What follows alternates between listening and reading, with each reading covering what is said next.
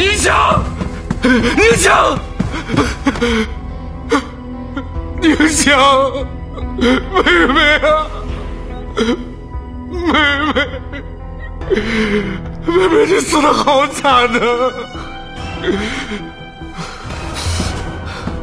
邱一帆，我和你是结拜的兄弟，你竟然做出如此猪狗不如的事情，我跟你拼了！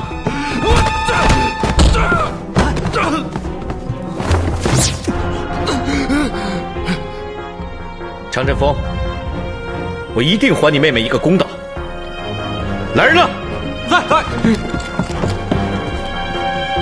把他带走。一帆，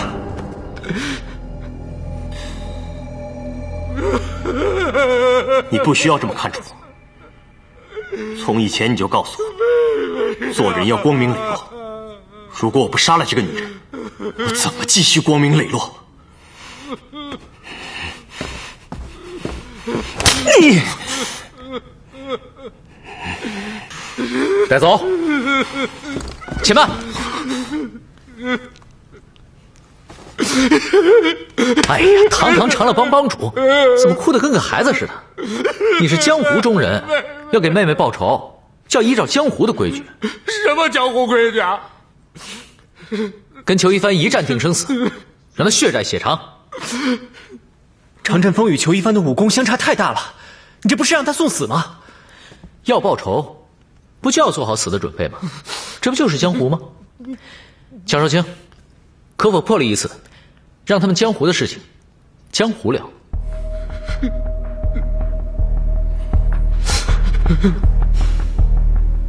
严大人，你意下如何？蒋少卿，裘一帆已经杀人犯案，公事公办，本官不便多言。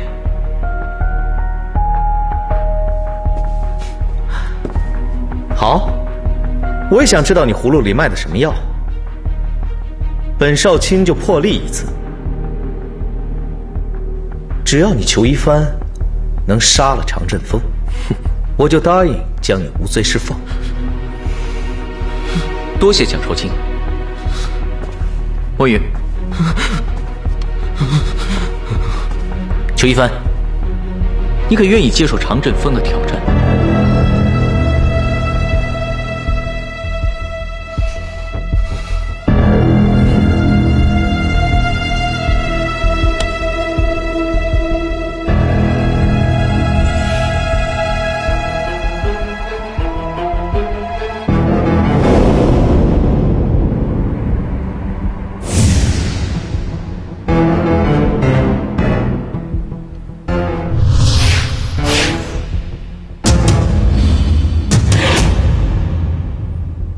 蒋少卿，是不是我杀了常振锋，官府也不会追究？当然，一切依江湖规矩行事。没想到我身在江湖，杀了人还能逍遥法外。狄仁杰，谢谢你送的这份大礼。送佛送到西天去。好，现在就让我给你们俩作证，我数3声以后，你们就拔剑开战吧。1、2、3。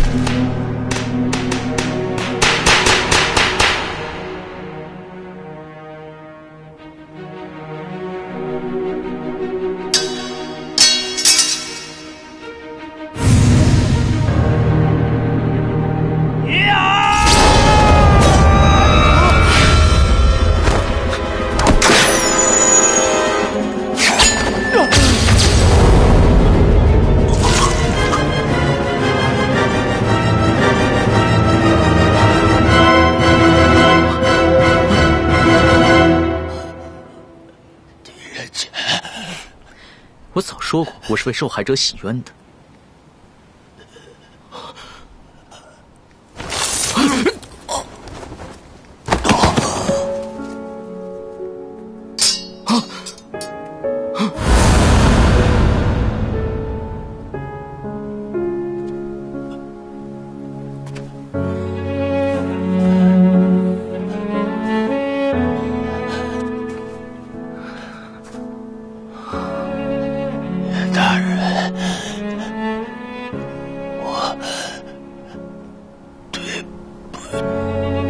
对不起你。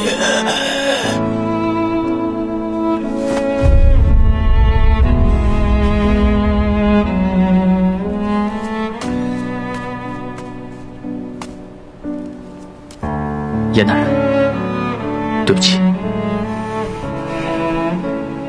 不，你做的对，只是我有负一凡家人的嘱托。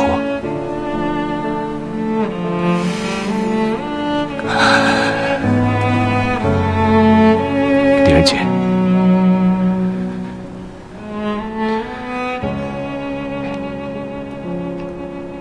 做得好。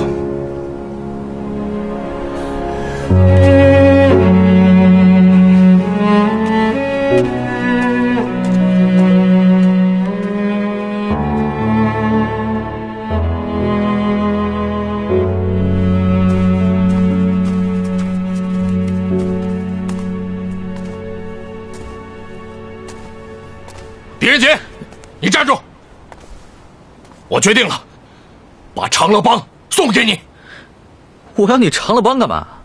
我会公告江湖，从今天起，狄仁杰就是长乐帮的帮主，常振锋参见帮主。我是受朝廷俸禄的，怎么能当什么帮主呢？从现在开始，振锋的命就是帮主的。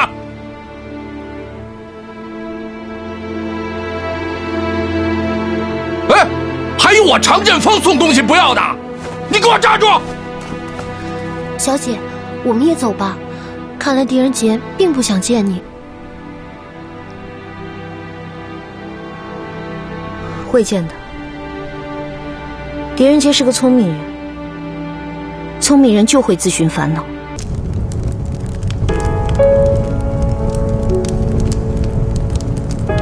我怎么就离开一会儿，我妹妹就成这样了？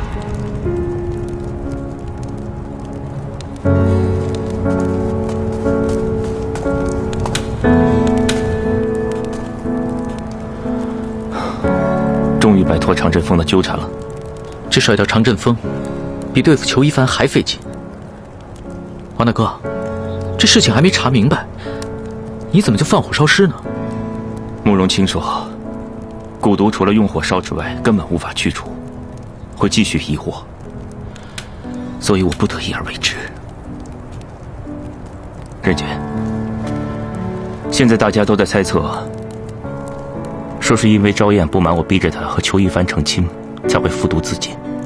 但是因为实在太讨厌裘一帆，所以才会嫁祸于他，想把他拉入地府，却没想到被你误打误撞，为长宁乡洗雪沉冤，也算是天意。昭燕任性刚烈，这样做也是有可能的，但这件事还是有太多的疑点，难道王大哥就不想查明真相吗？想，当然想。只是最近公事私事实在搅得我精疲力竭，觉得有些累了。昭燕之死确实是有很多的疑点，但是眼下朝廷更有一件大案，让我和蒋浩辰非常苦恼，所以昭燕指示，还是等侦破了这件案件之后再做调查。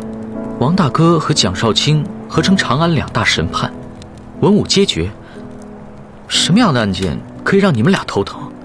不知小弟可否帮忙啊？我当然希望你能够帮我，但是这个案子牵扯到皇室宗族之秘，实在是不便外泄。就为狄仁杰破例吧。王大人，节哀顺变。感谢二位大人的关心。刚才蒋大人何出此言？眼前这件大案，你我联手都没理出个头绪，实在枉为大理寺少卿。因此，严大人提出建议，说让狄判佐加入调查。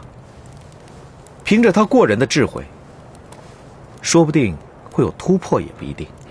不知道王大人意下如何？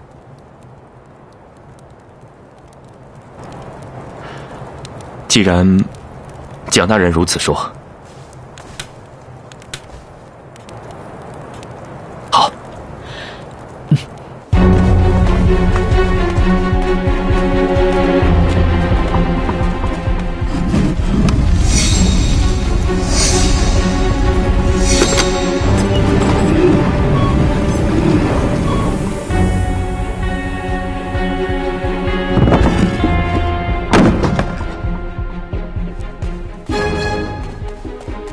这个案子就是从这具尸体开始的，所以我们把它封存在这个冰窖里。不可能，天下间根本就没有这样的死法。他的死因是什么？这个人是自己掐着自己的脖子，导致气息中断，气绝而亡。自己掐死自己，有可能吗？绝对不可能，人不可能自己掐死自己。自己掐着自己的脖子，气未绝，人已昏，双手自然会松开，气息也会恢复正常，所以人不可能掐死自己。不信的话，你可以自己试试。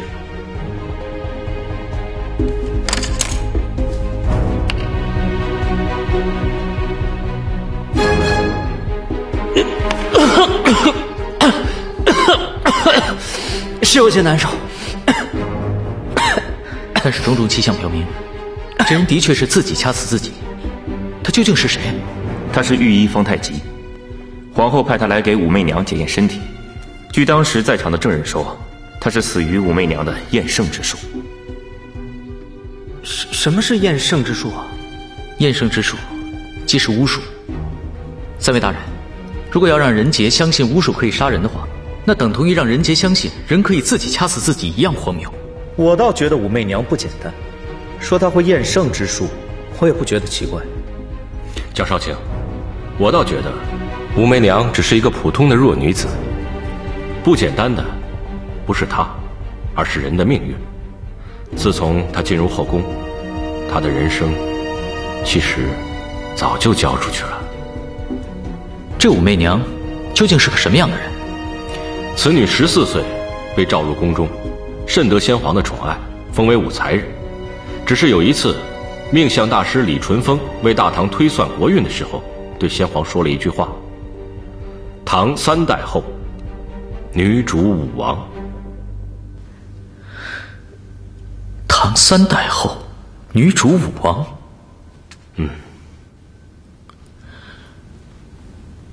当今圣上正是大唐的第3代皇帝。难道李淳风的意思是，下一个接任者是个女人？不单是女人，而且她还姓武。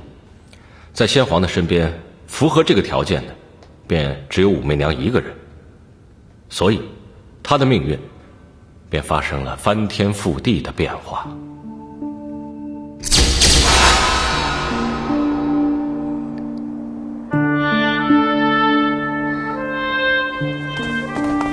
公公，你可知皇上什么时候召我侍寝？公公，能否把这个交给皇上？武才人，你就死了这份心吧，皇上啊是不会再宠幸你了。奉天承运，皇帝诏曰：武才人今日起贬为宫女，钦此。从此，武媚娘在宫中虚度了整整10年光阴。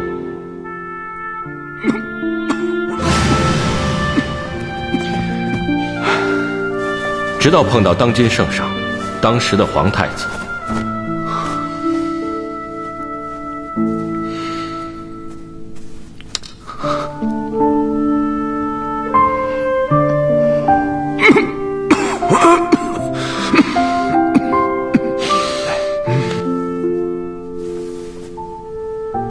皇上曾对我说，那是他第一次自由与一个女子恋爱，但命运没有就此眷顾这个女子，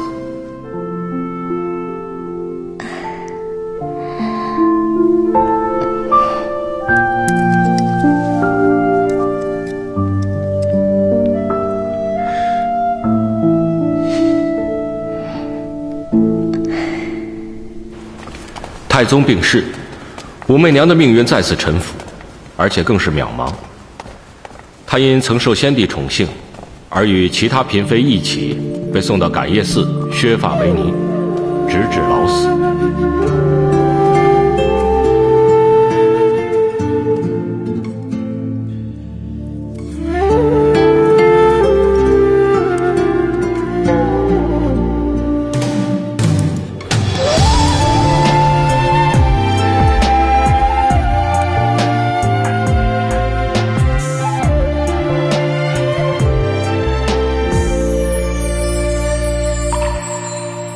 水中你的影子，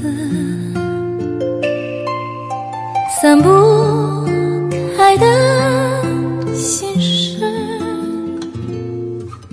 看今天的精彩咫尺，你却让我相思。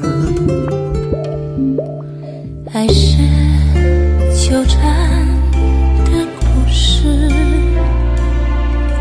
前生早已开始。历寂寞那岁月飞逝，我也勇敢地坚持。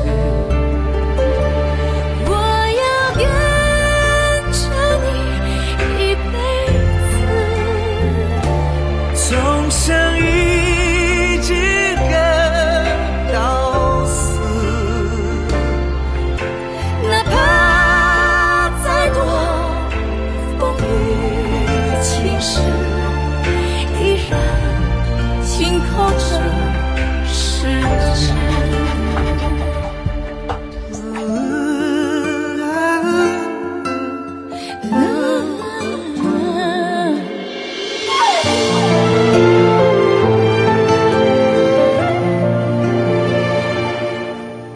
爱是纠缠的故事，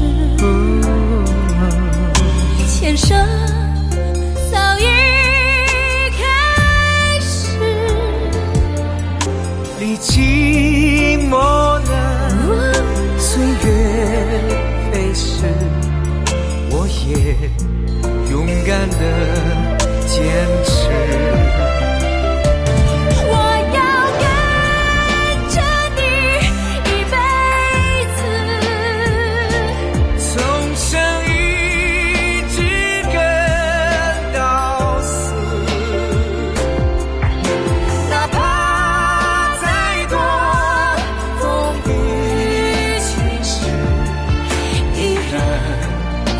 扣着十指，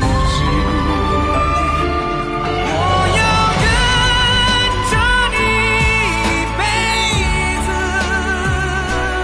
从相遇直跟到死，只为那份爱的真实。我的心事，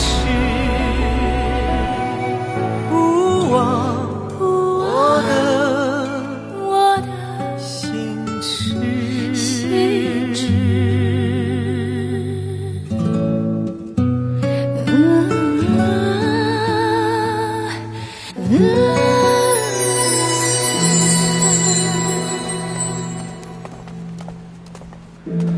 没想到，命运又再一次地把这个弱女子推向了风口浪尖之上。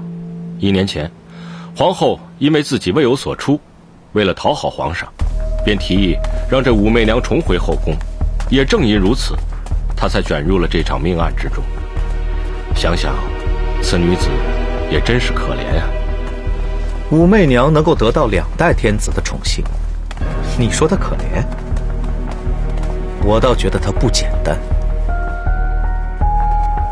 这感业寺是宫中妃嫔落发苦修，度过余生之处。为保他们安全，故一直谢绝香客，并有重兵驻守，闲杂人等一律禁足。即使守军如非必要，也是望入者斩。除非持有皇帝或皇后亲赐的令牌。7天前，御医方太极奉皇后之命，为武媚娘做入宫前的身体检查。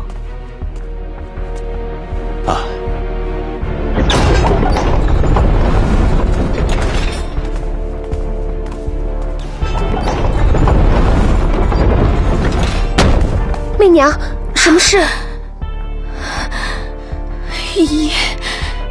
御医死了。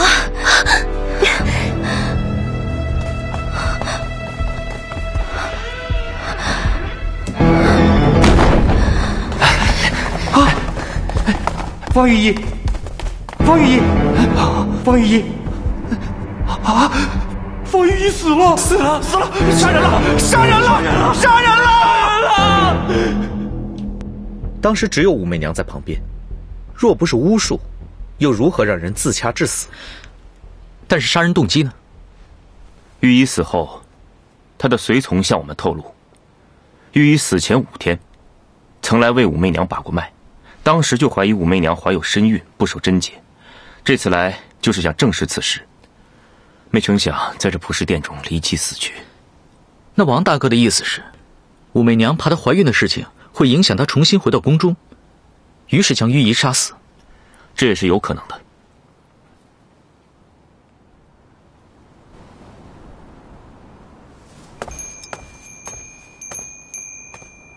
施主，请转告武媚娘，大理寺少卿蒋浩辰、王浩德连同阎立本大人及汴州判佐狄仁杰求见。请几位大人稍后。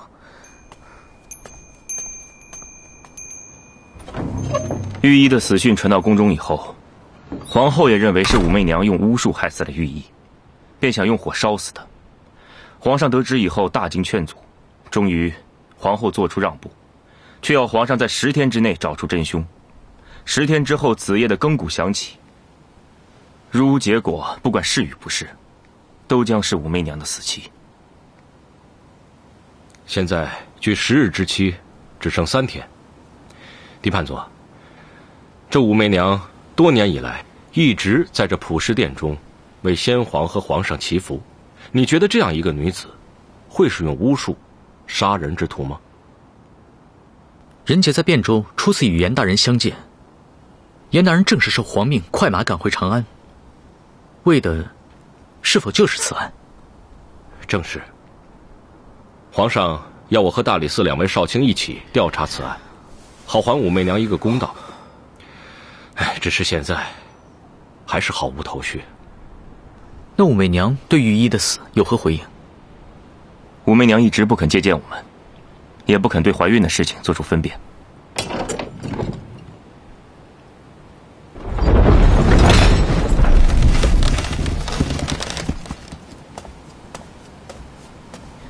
武媚娘说了，只见狄仁杰一人。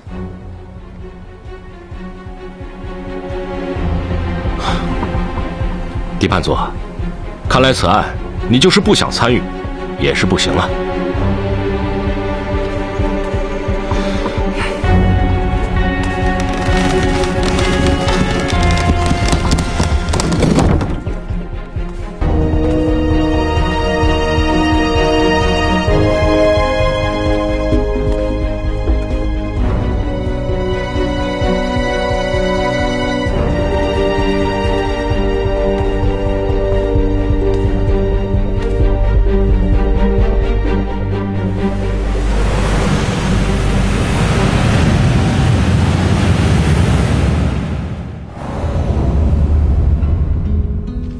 武媚娘见过狄大人，我该如何称呼你呢？乡音无改，大人是并州人吧？我也是并州人，就叫我媚娘吧。好一个乡音无改，彼此彼此。普氏殿是礼佛地，请大人屈就。入乡随俗，入寺随佛，何屈就之有？据说御医死后，媚娘一直不肯接见几位大人，这次却因为人杰破例，难道真的因为我们是同乡？不，同乡情谊怎能和人命凶案相比？媚娘肯见狄大人，是因为你和其余的3位大人不同。只因为他们身在朝中，我却在朝外。愿闻其详。身在朝中，处事难免受制。正如严大人受皇上之命调查此事，必定偏护媚娘；而大理寺2位少卿，虽然是众口称誉的神判，但他们的背后有皇后施压，调查起来，判断难免会受影响。就只有狄某人身份低微，或许对人对事还能保持中立，以一个平常人的心来面对这个案件吧。与大人说话真是乐事。大人有事请问，在观音面前，媚娘定坦诚相告。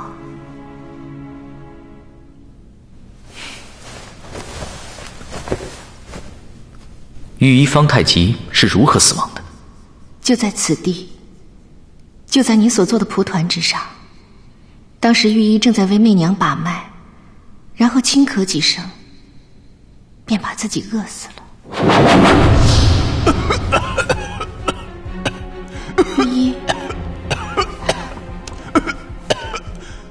御医，御医，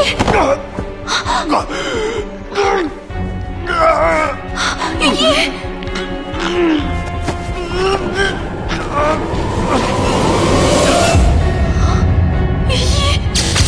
媚娘可是相信这世上有巫术？媚娘是否相信并不重要，关键是狄大人相信吗？人杰只相信证据和真理。最后一个问题，媚娘是否怀有身孕？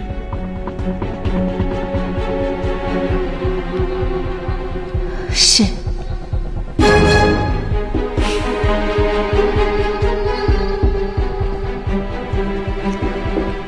人杰告辞了。狄大人，媚娘有一事相求，刚才大人所想，烦请大人守密。与媚娘对话真是乐事。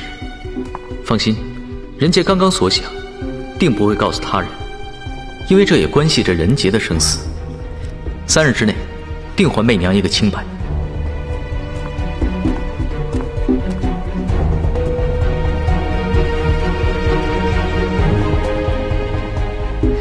狄大人，家乡的芍药可开好了？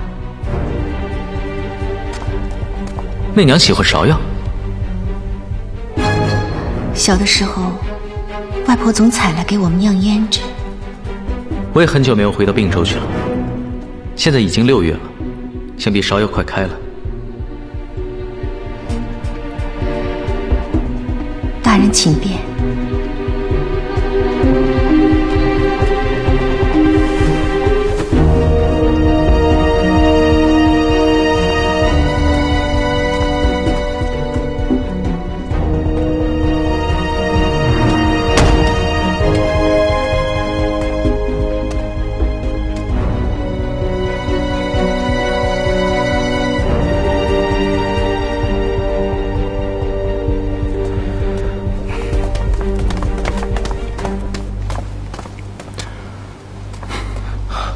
狄判佐，这普世殿跟感业寺其他殿堂的结构很是不同，而且格格不入，是同时建造的吗？感业寺建于隋朝后期，和这普世殿应该是同时兴建的，但为何风格不同就不得而知了。那为什么把普世殿建得这么与众不同呢？狄判佐，不要再纠缠这个问题了。方才，武媚娘跟你说了什么？她说，御医不是她杀的。就说这些？她还说，她的确怀有身孕。没说，孩子的父亲是谁？她没说。所以你认为，人不是他杀的？我确实相信这世上根本就没有巫术，但也相信，如果要证明武媚娘不是真凶的话，要有确切的证据。3位大人，请允许人杰参与侦办此案。好啊，求之不得。狄判佐，你有什么要求的话，尽管告诉我。本官会安排的。那请大人在普氏殿前加派守卫吧。啊，难道普氏殿还会有事发生吗？这御医此时殿内只有2个人，如果武媚娘不是真凶的话，那必定有第3者在殿中。但御医死后，普氏殿一直有人看守，这凶手到底是如何逃走的呢？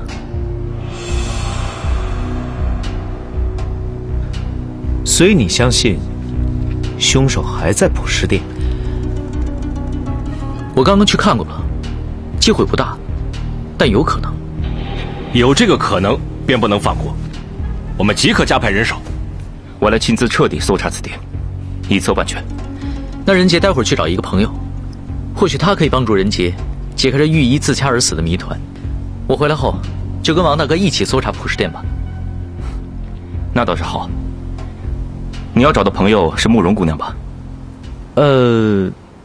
对，这慕容姑娘是药王山庄的庄主，这医术冠绝江湖，而且见识渊博，说不定可以从她口中得到一些线索也未定。况且，因为王昭燕的死，我也有事情要问她。好。慕容姑娘住在凤来客栈，她这几天可能会离开，你要找她的话，要快一些。哎，那这样吧，狄判佐，你马上去找慕容清，我和蒋少卿呢，赶紧回宫里向皇上禀告。王大人，你就留下来继续调查。好，10日之期只剩下不到3日，事不宜迟，我们分头行事吧。蒋少卿，走。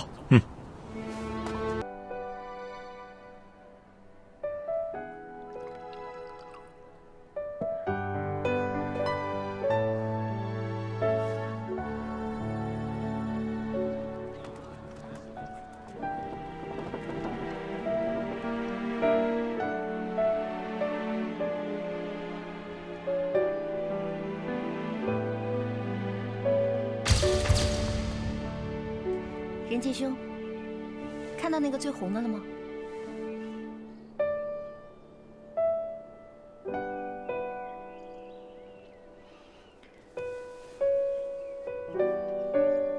哎，等等，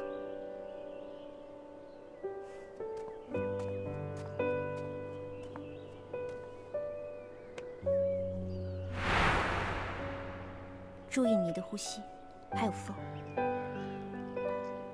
那苹果无时无刻不在飘动，记住，不能伤它分毫。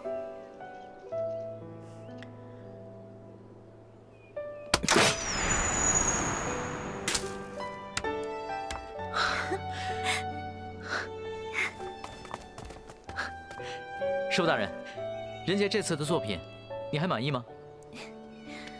确实进步不少，今晚可以陪为师多喝3杯了。那我就恭敬不如从命了。任杰，知道我为什么教你用铁笔做暗器吗？是想你今后遇到危险的时候，可以做防身之用。任杰只是一个小小的书生，又不是什么闯荡江湖的大侠。就是因为你是一介书生啊。人的一生很难说什么时候会遇到危险的。你为人太善良，我怕你被人欺负。慕容清是我的师傅，谁敢欺负我？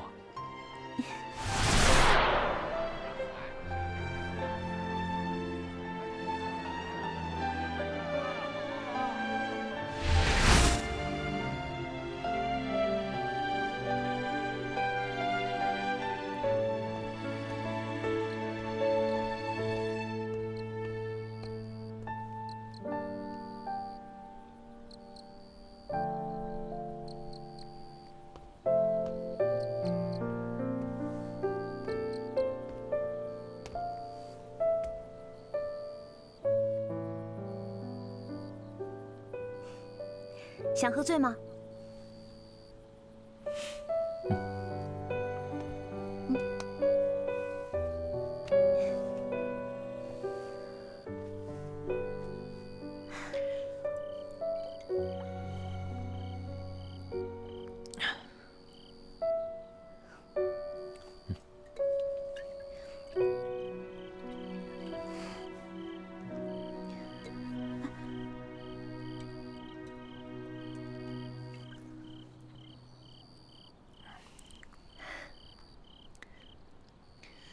还记得当时我来药王山庄拜师学艺，姑姑根本不肯收留我。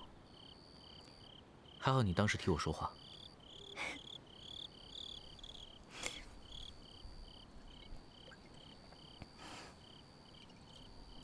谁叫你一进来就莽莽撞撞地打碎我最心爱的酒杯啊？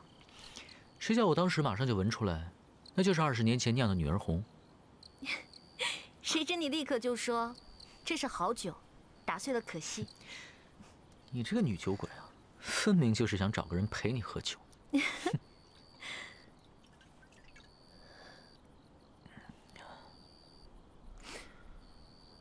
可是我现在不只想要你陪我一起喝酒。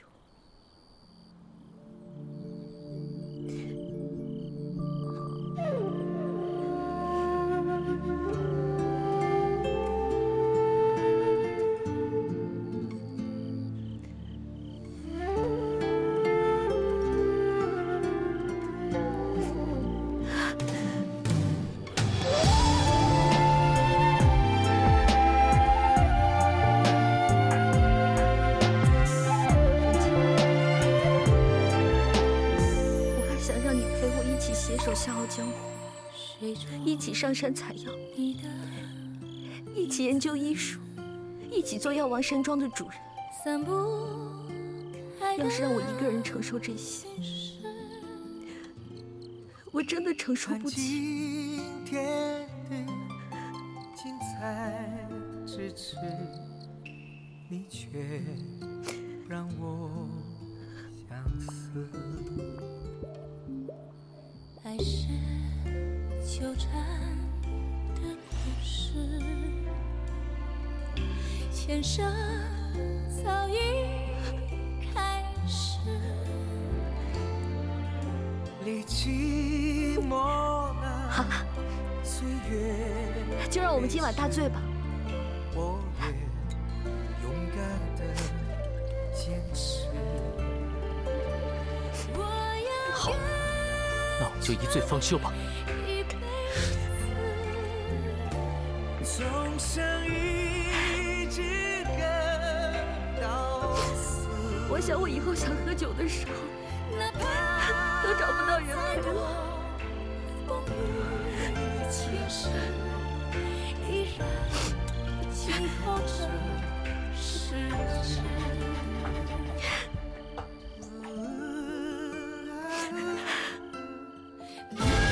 风吹动你温柔发丝，吹不乱你的梦点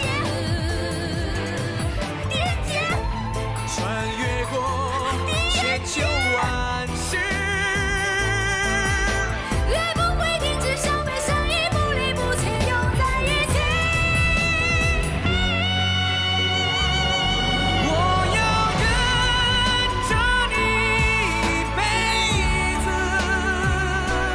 送上一句感更死，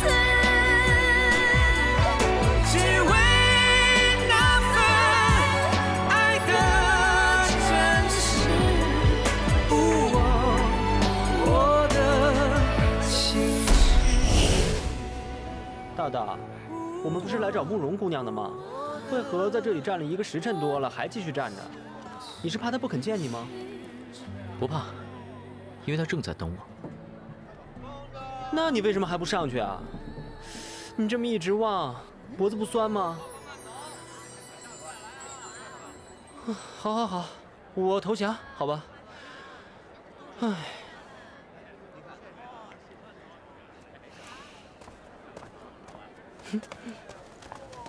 狄仁杰，不好了！怎么了？王浩德出事了。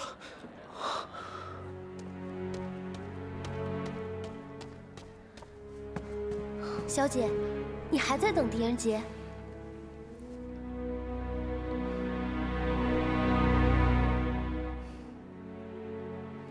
用不着你管。我怎么能不管？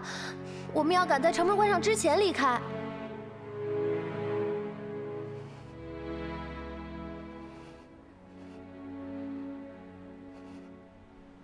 我们走后，王少卿向武媚娘借了捕食殿的钥匙，为了安心调查，一个人进去。谁知1个时辰过去了，王大人却还没出来。众人敲门时，发现门已被反锁。参见蒋大人。王浩德大人还在里面吗？还在店里，没有出来。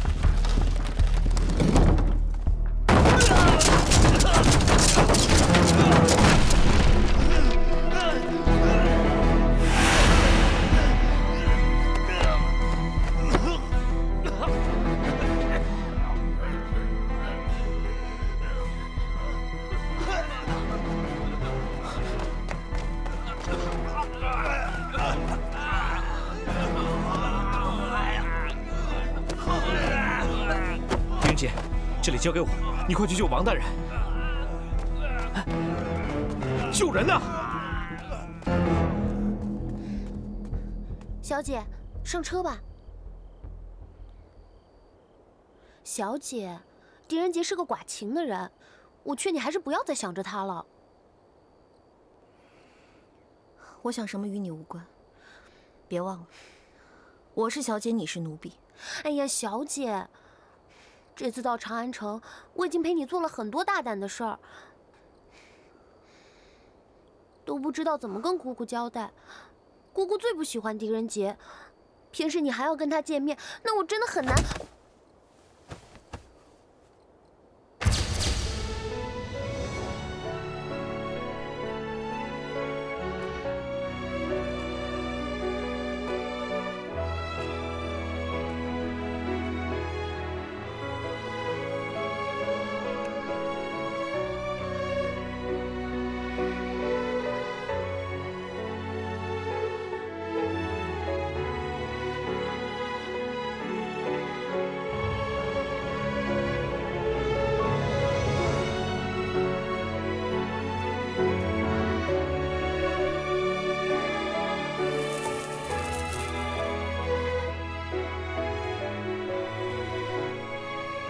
我宣布，从今以后，慕容清便是我药王谷第20代谷主。参见药王谷第20代谷主。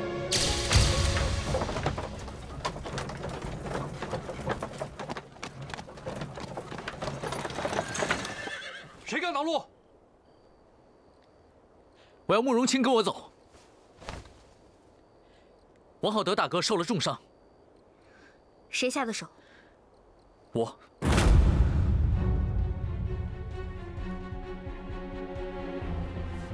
我已经用悬丝神针为王大人保脉续命，接下来为他做好止血，免得血脉一通，血流不止。蒋大人，究竟发生了什么事？今夜。 王大人把自己反锁在了感业寺的捕食殿中，无声无息，直到我跟狄大人赶至，推开殿门才发现。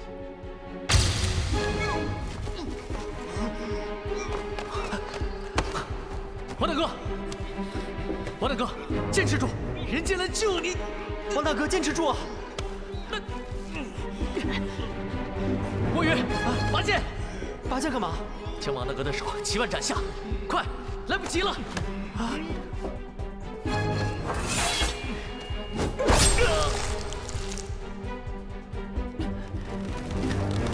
蒋大人，墨雨，王大哥就交给你了。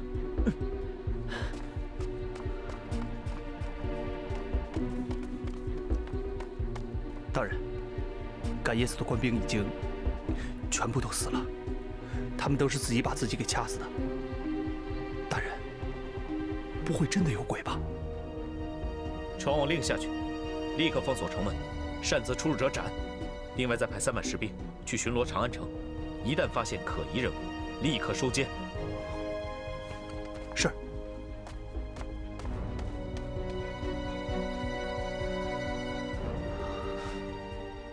狄仁杰，你总算亲眼见到了吧？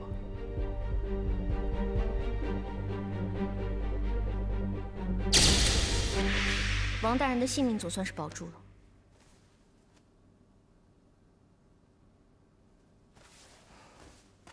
但是王大人的气血滞行太久，伤了三阳经，断了阳维脉，能否醒过来，还是未知。活着就有希望，王大哥是个铁汉，定能熬过去，这我不担心。慕容姑娘，你相信人可以掐死自己吗？不信。难道是有冤魂索命？我狄仁杰从来没见过杀人的鬼，只见过杀人的人。但无论他是鬼还是人，我定会把他抓出来，还王大哥一个公道。蒋大人，可否带我去看一下守卫的尸体？请。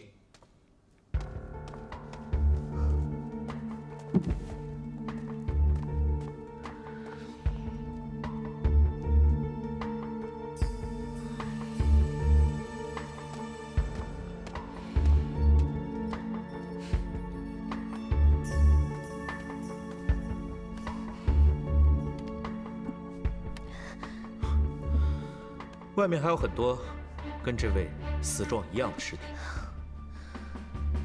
这的确是被人掐死气绝的迹象，但是又是如何做到的呢？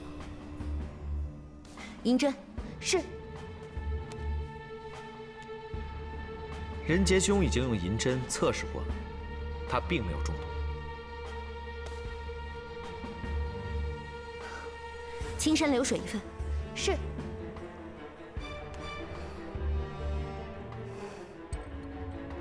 要我相信他们自己掐死自己，我宁愿相信他们全部都中了毒。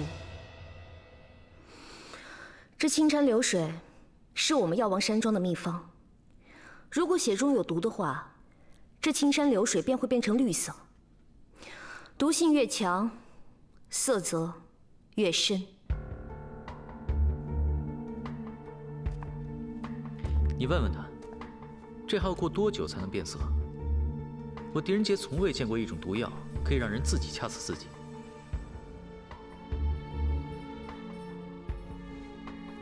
他应该已经听见了吧？我说的话他听不见，你说的话他才听得入耳。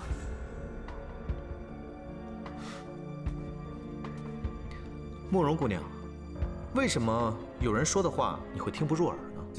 有些人的话，我就是没兴趣听。不用我重复了吧？墨雨，拿一个白瓷碗来。哦。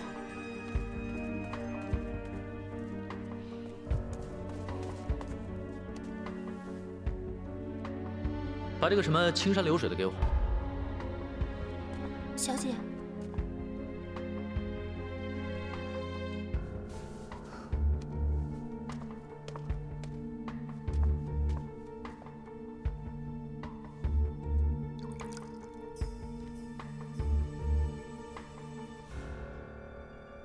果然是中了毒，只是毒性轻微，色泽不深。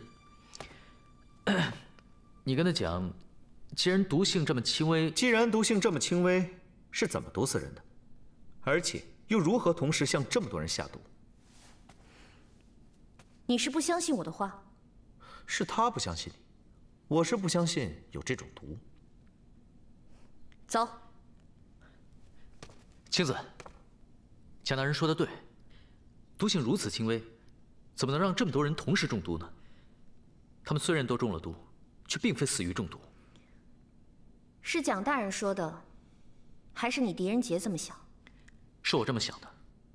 况且王大哥身在普世殿中，守卫却在殿外，为何会同时中毒？这根本不可能。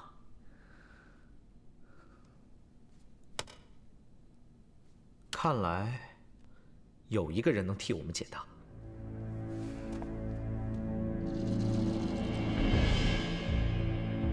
昨夜王大人向媚娘借普世殿的钥匙，媚娘便借给了他，后来便再也没有见过他。昨夜，你一直都在房里吗？正是。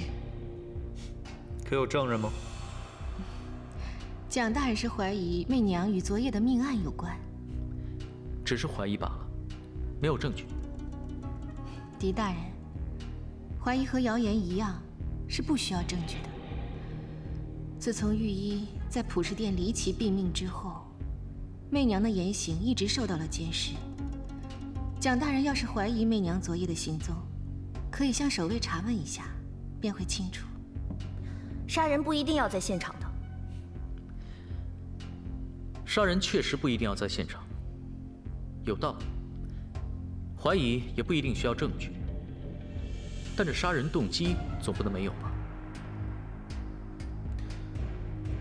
或许有人担心王浩德在普世殿中会查出什么，所以杀人灭口。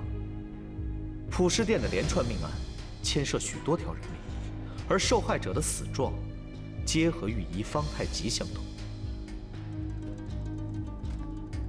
武媚娘，你既是杀害御医的嫌犯，自然也是昨晚毒害王浩德以及多名守卫的嫌犯。蒋少卿，这只是另一个没有证据的怀疑。除非蒋少卿与无知的妇孺一样，相信巫术可以杀人，那你现在就把武媚娘扣押行刑，向皇后领功。否则，你就把凶手找出来，免得2天以后，一个含冤无辜的女子被人以大火活活烧死。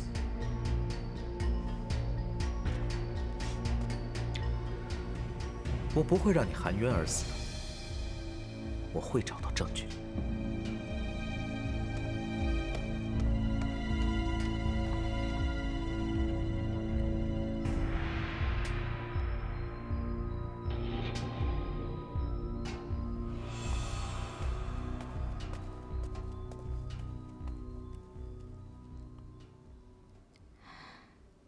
谢谢大人一直维护，只怕这真凶不易捉拿。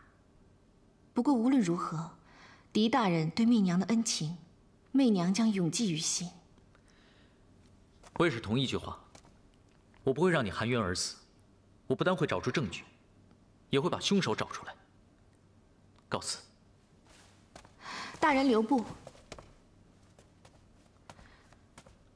大人，真凶若是想嫁祸媚娘，目的早已达到。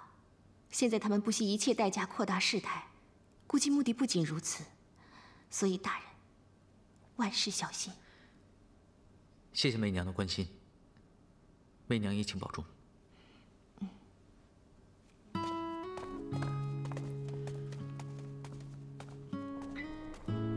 他的确没有杀人动机，而且他说的很有道理。凶手不惜大开杀戒，一定另有目的。还记得王浩德大哥曾经说过，惨关联重大吧？我有一个预感，还会有人会因此案而牺牲。我不相信这个女人。为什么？女人的直觉。虽然说她可能不是凶手，但也绝对不是个简单的女人。证据啊，慕容小姐，其他凶手不是凭直觉的。2件凶杀案都闹到她的头上，普通女人早就一哭二闹了，怎么可能还像她那样，在你们面前言笑晏晏、娓娓详谈呢？就是因为她根本没有杀人，所以她半夜敲门也不惊。我的话还没说完呢。这个女人最厉害之处，就是能够把初次见面的狄仁杰服服帖帖地收为己用，为他顶撞大理寺少卿。光是这一手段，就已经很厉害了。你这话说到哪儿去了？我只是认为武媚娘不是凶手，所以才为她说话。你说武媚娘不是凶手，证据呢？不会是光凭直觉吧？我会找到凶手，找到杀人的方法。我说了，是毒。世间根本没有让人自己掐死自己的毒，你的说法，我完全不接受。这只是你孤陋寡闻罢了。慕容宝，我们走。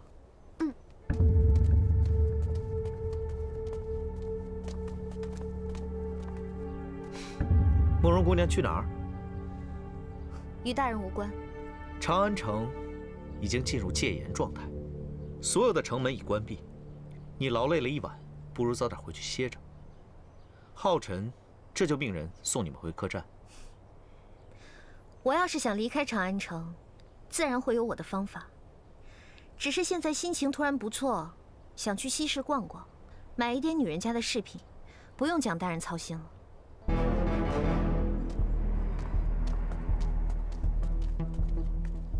他在吃醋。别说你不知道啊，现在速速去办，明白吗？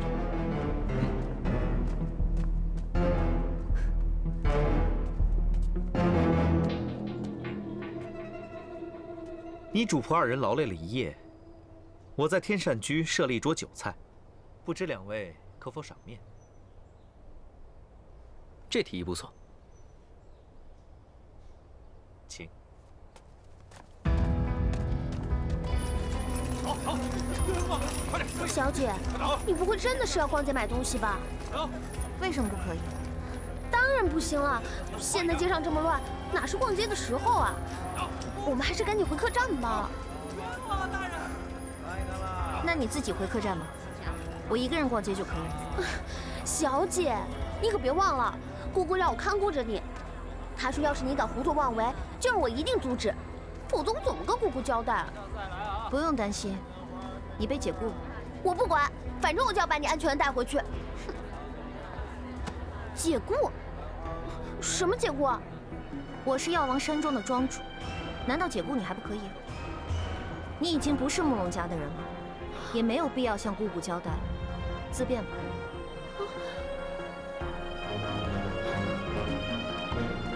解雇，小姐！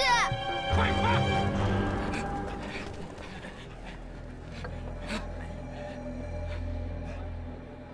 帮主，怎么样？西市东市都找遍了，不见狄仁杰。常振锋不再是帮主了，别叫我帮主！你们干什么吃的？找谁都找不到。这边。这每天麻烦事够多，常振锋也不安眠。其实任杰兄也相信普食店一案是集体中毒事件吧？现在只是推测，就等慕容姑娘来证实了。而且啊，她一定会回来证实的。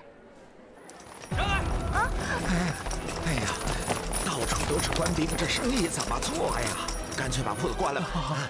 老板，哎，还做生意吗？做呀，当然做呀。姑娘，你要买什么药材呀？我要一间药店。啊，浅将不如激将，难怪严大人说你聪明绝顶。女人心海底针，也都可以被你算得这么仔细。蒋大人过奖了。如果哪个男人啊，要是自以为能看清女人心，那真是自寻烦恼的冤大头。自寻烦恼本就是男人的天性，不是吗？但其实任杰兄心里明明就不想让慕容姑娘趟这次的浑水，但偏偏又抵挡不住普食店神秘集体杀人事件的吸引力，还是让慕容姑娘去寻找那毒药的来源。蒋大人，你想多了，我家大大只是想见慕容姑娘而已。吃你！看来狄盼佐是个多情人，也不枉蒋某冒着掉乌纱的风险，为你带来一个消息：2个时辰后，大理寺便会拘捕慕容清。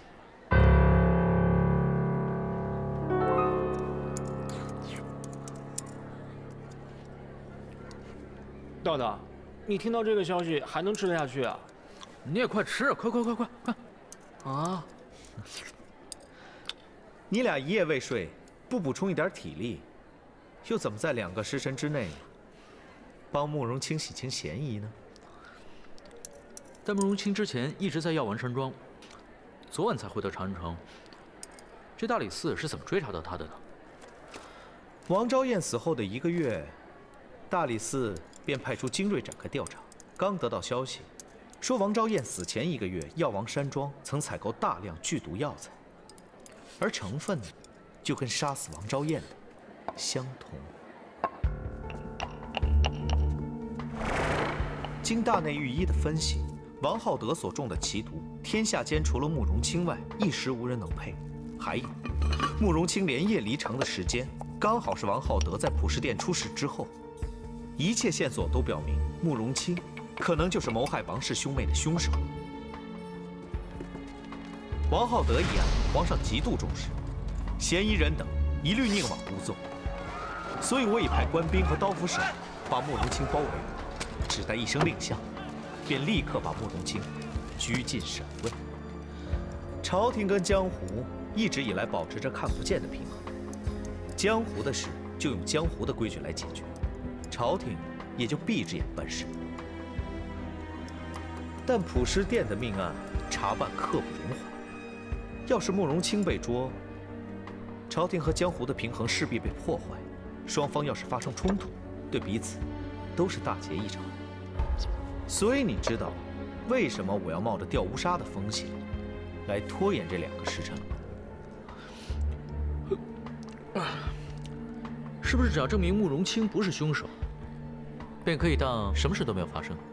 哼，我也不是一个爱自找麻烦的家伙。况且我也是学武之人，也算半个江湖中人。有些事情，我还是不想看到。哎呀，这顿饭来的真是及时啊！只是水煮七里，辣劲儿不够啊。江大人，你的人情，狄仁杰记住了。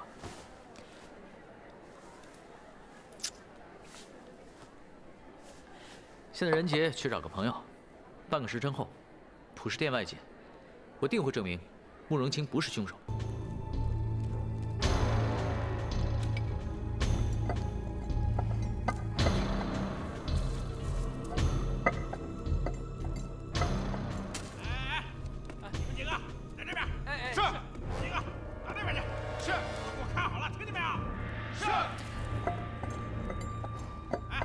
小姐，是谁在外面这么吵啊？问问不就知道了吗？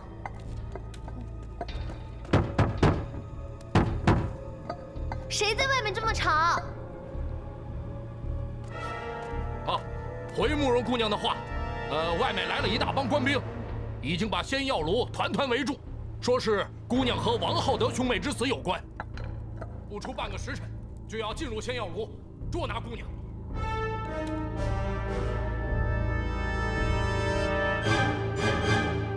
我是常振锋，奉帮主狄仁杰之命，前来保护姑娘的。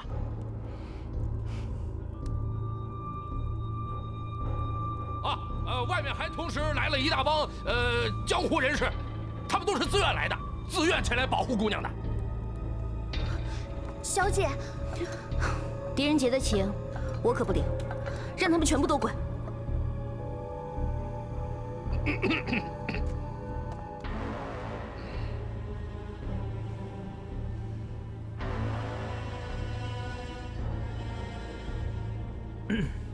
小姐，这事已经越闹越大了，要是让姑姑知道，又想让我解雇你是不是？要来要去，我自己做主，任谁也别想留住我。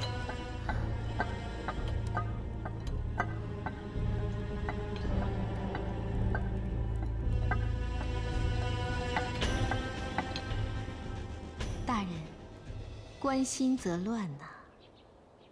我知道，可还是忍不住。慕容姑娘能有你这位知己良朋，真是幸运。她这要是能懂我就好了。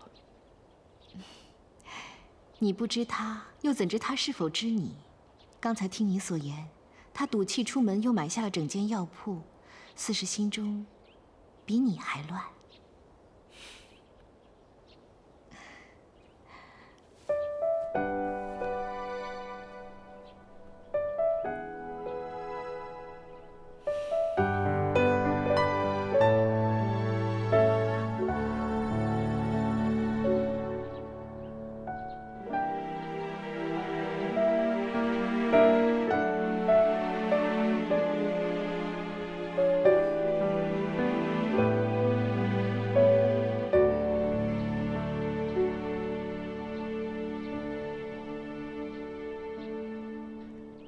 好一个情谊，没想到既能乱心，又可以释怀。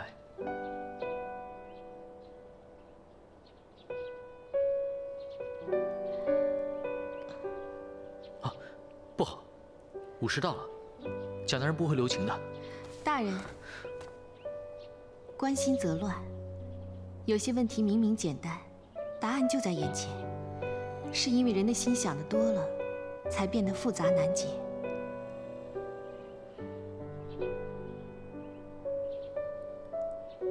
或许真的是我想的太多了。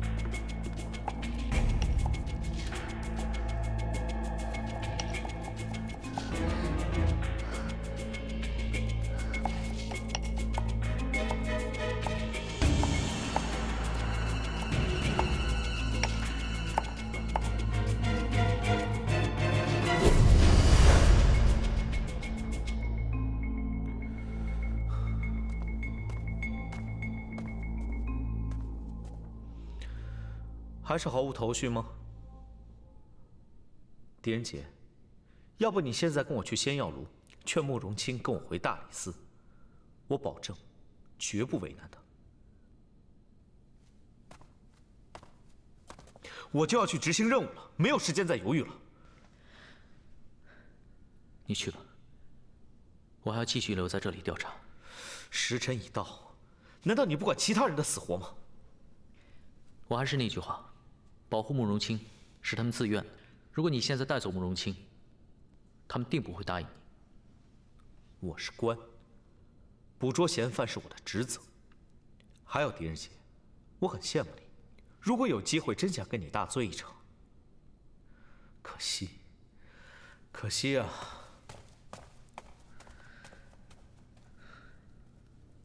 心静。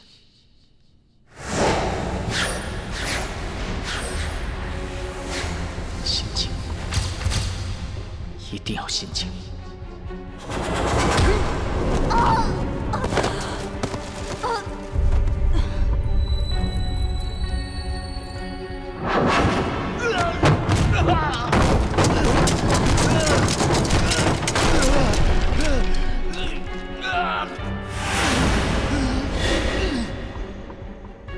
关心则乱，有些问题明明简单。 答案就在眼前，是因为人的心想的多了，才变得复杂难解。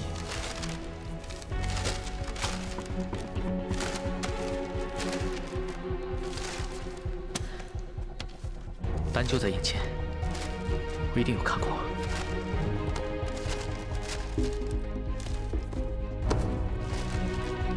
快出来！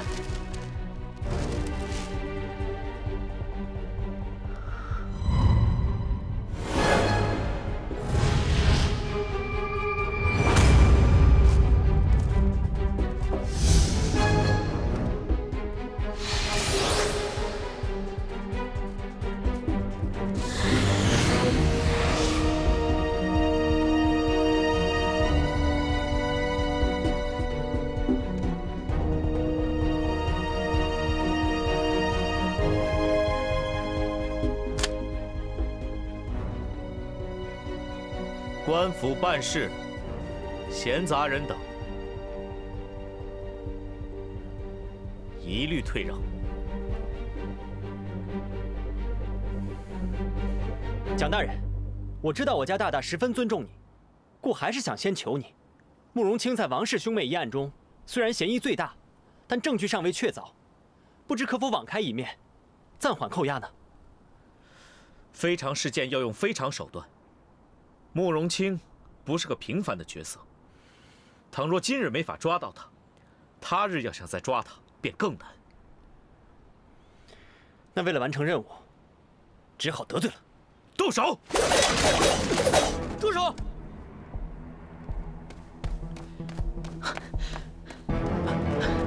大胆！幸好及时赶到，蒋大人，我终于想通了，也找到了。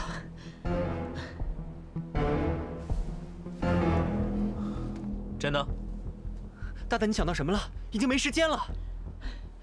我们一直想不通，为什么昨天晚上我们打开普世殿大门的时候，王浩德大哥看到我们，就撞得殿内一塌糊涂。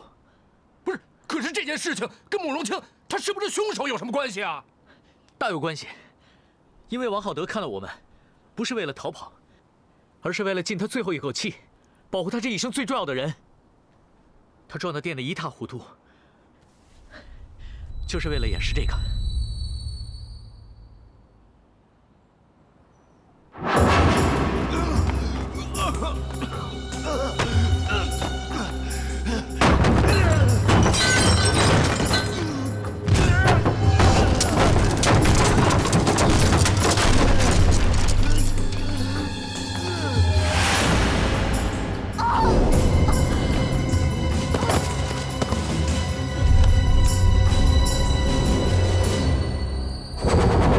王浩德大哥孤家寡人，能让他尽最后一口气去救的人只有一个，就是王昭彦。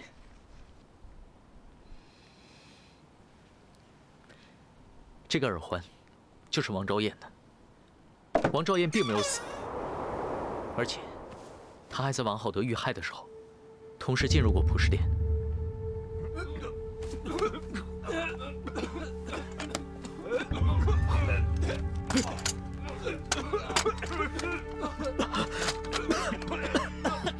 这是什么味道？从药店里飘出来的。怎么回事？你们怎么了？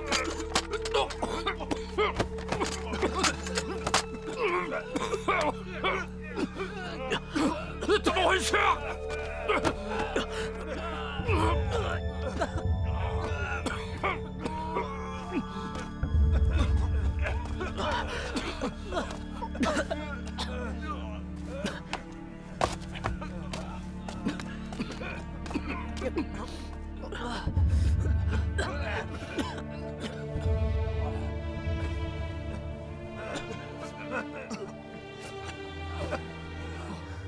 谁叫你们逼我逼得这么紧？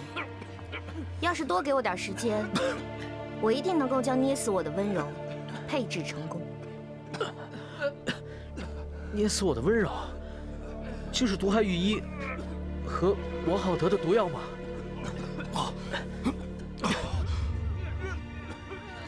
真是抱歉，让大家受苦了。但是为了查清长安城的离奇命案，以及还自己清白，不得不让大家大胆施药，让大家受惊受苦，还请各位原谅。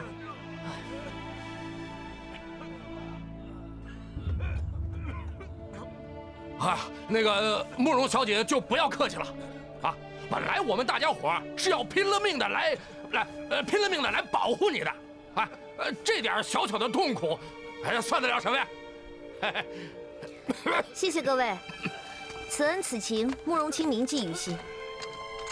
蒋大人，我买下这间药铺，就是为了要证明普世殿的离奇命案跟一种奇毒有关。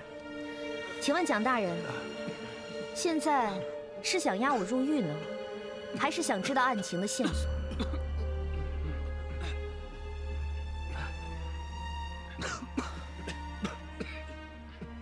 大风，去把朝中的严大人带进感业寺内。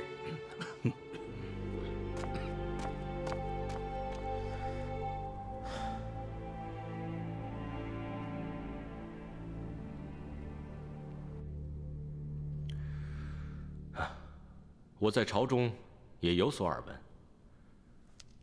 朝廷并不愿意掀起江湖和官府的纷争，但是如果江湖要包庇真凶的话，朝廷也一定不会放过。人不是我杀的，江湖和朝廷的纷争我也管不了。我此次只为药，一种可以使人自杀的毒药。对于慕容清而言，也算是一种挑战。幸好你失败了。哼，那也比有些人光说不做要强。慕容姑娘，我家大大做的可多了呢，要不然刚刚朝廷与江湖的对峙，墨鱼怎么会出现在外面呢？是啊，狄仁杰，刚刚你找到那只耳环呢？证据是你找到的，人自然也要你审。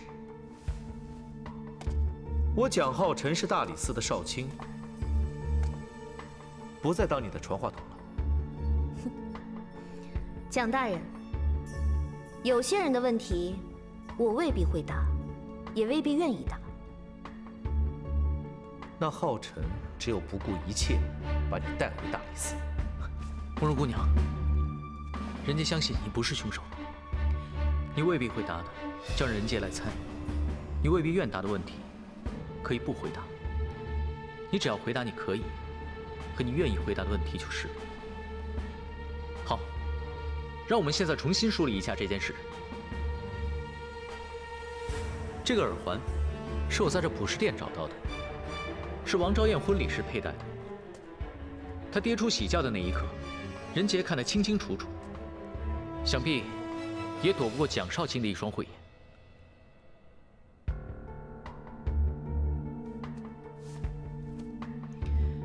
慕容清，我问你，王昭燕的死究竟是怎么回事？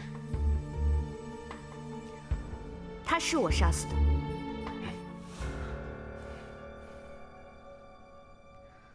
但也可以说是我救了他。1个月前，王昭燕来药王山庄找我。恭喜你啊，昭燕，天威堂是个好地方。我还听说裘一帆是个很英俊的人呢。哎，你这，亲姐姐，求你救救昭燕吧，这里只有你可以救我。如果你不答应我，我就只有一死了之。昭燕，有什么事情你尽管说，能帮的我一定帮你。亲姐姐，我根本就不想成婚。那个裘一帆我见过，不管别人说他怎么好，可是他在我眼里就是一文不值。为何？亲姐姐，我真的不想成婚。昭燕已经有心上人了，你比我更知道，这里再大，也只能容得下一个人。亲姐姐，这门婚事不是我选的，都是我哥哥逼我的。我求你一定要救救昭燕。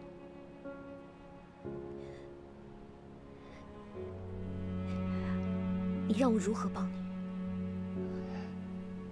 我只要你让我死。王昭燕希望我帮助他假死，他便可以和他自己的心上人远走大漠，再也不回中原。于是我便四处寻药，帮他制成了可以假死的苗骨之毒，然后亲自为他圆谎。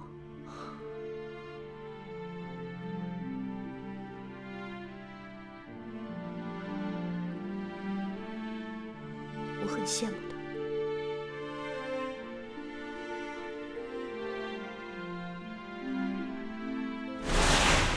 王昭燕中的是蛊毒，会传染他人，不宜留在人多之处，尽快把人抬走吧。慕容宝，是。把王昭燕小姐的尸体小心移到后园无人之处，千万不要揭开布幔，10丈之内，生人勿近。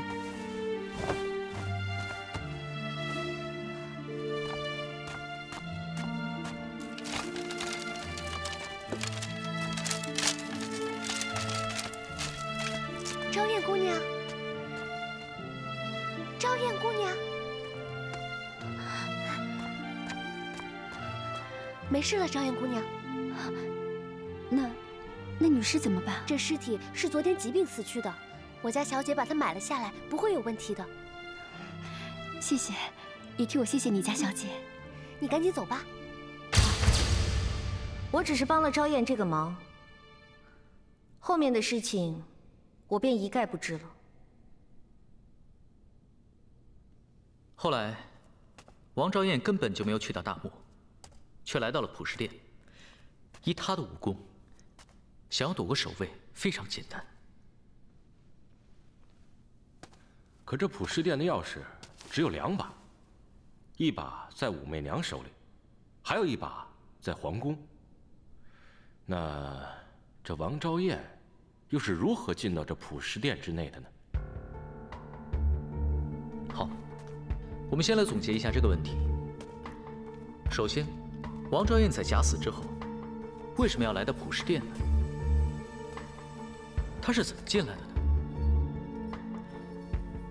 假设王昭燕一直躲在密室中，她又是怎么知道这个密室所在？这密室中到底藏着什么秘密？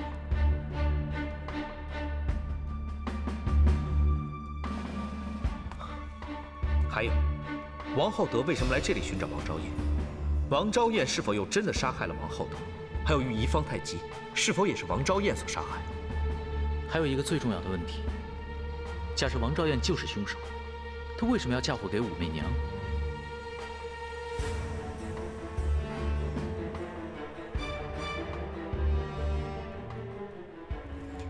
你们进入普什殿时，可曾见过王昭燕？就算是她能进来，又是如何逃出去的呢？我们进来的时候，殿门紧闭，除了王大人之外，就只有我们3个。也许昭燕为了掩人耳目，换上了守卫的装束，在我们打开殿门的时候，她躲起来，趁乱逃走了。我们当时都在救人，就没有注意到。就算是她能躲过你们的眼睛，可是为何不会中毒呢？除非就是她下的毒。慕容姑娘，这个毒究竟怎么回事？我刚才说过了，这毒的名字叫捏死我的温柔，是世间至奇之毒。捏死我的温柔，我怎么学医这么多年，从来都没有听说过？只能怪你学艺不精，心中只有功名。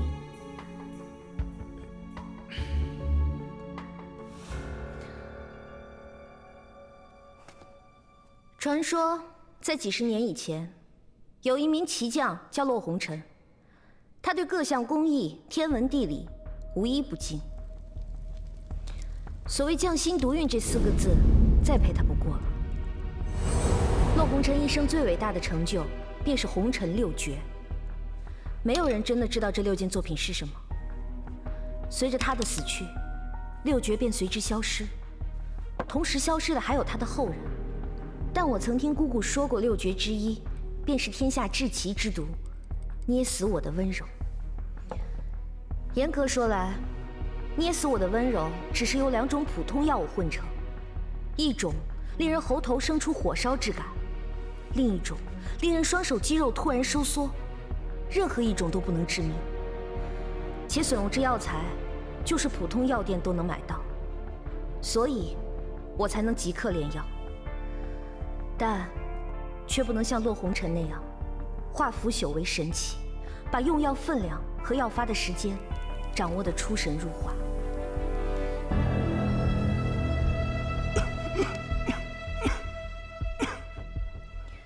第一种药，先在喉头爆发一阵剧痛，就在中毒者双手下意识捂住喉头之时，雨衣。第2种药及时发作，令双手手臂肌肉迅速收缩收紧。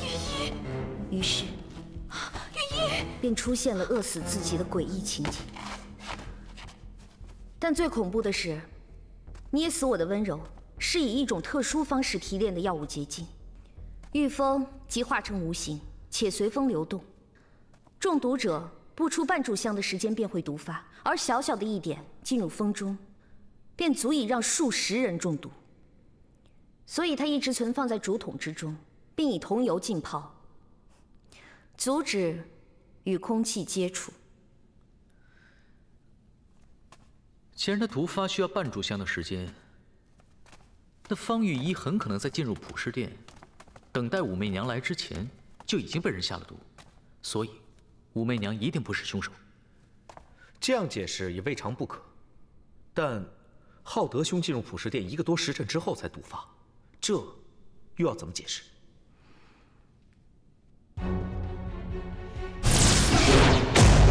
墨玉，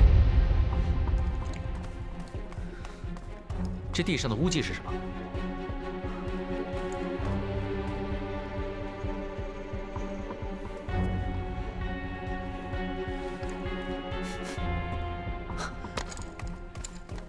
是桐油。如果是这样，那一定有人在大殿内放毒。会是王昭燕吗？这有可能。但浩德兄出事时，殿门是紧闭的，外面的守卫又怎么也会中毒呢？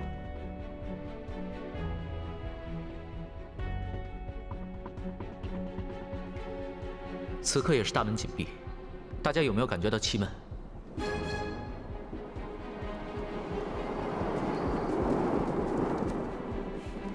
蒋大人，请命人拿一个发讯号的烟弹过来。好。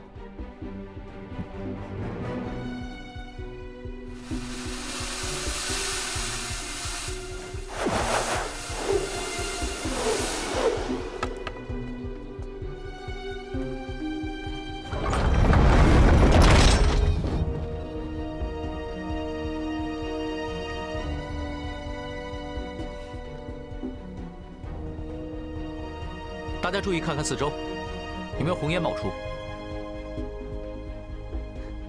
这里有红烟。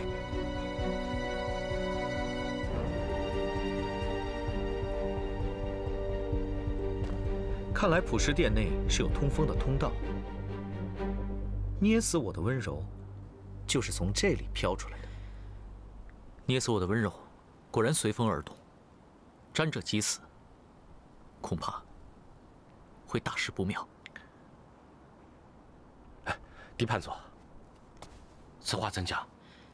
试想一下，要是有人站在京城的顺风之处，将承载着捏死我的温柔的竹筒打开，那京城会怎样？长安城便会成为鬼域。若毒气飘至皇宫，那便是大唐社稷的灾难。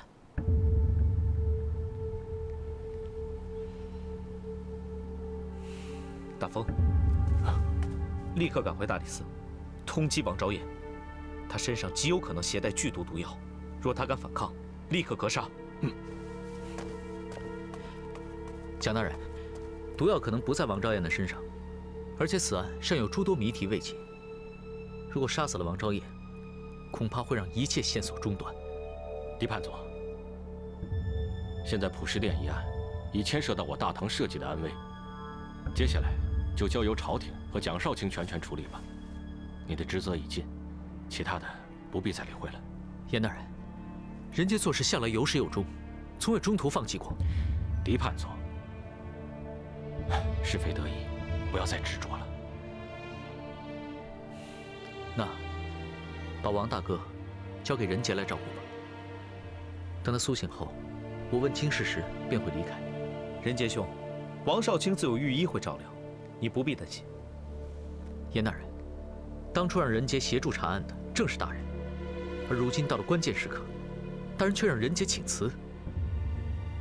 亲属任杰办不到。如果任杰猜的没错，大人要捉拿王昭燕，不但是为了社稷，也是为了帮助武媚娘洗清罪行。为了不让她2日之后被火星烧死，好向皇上交代。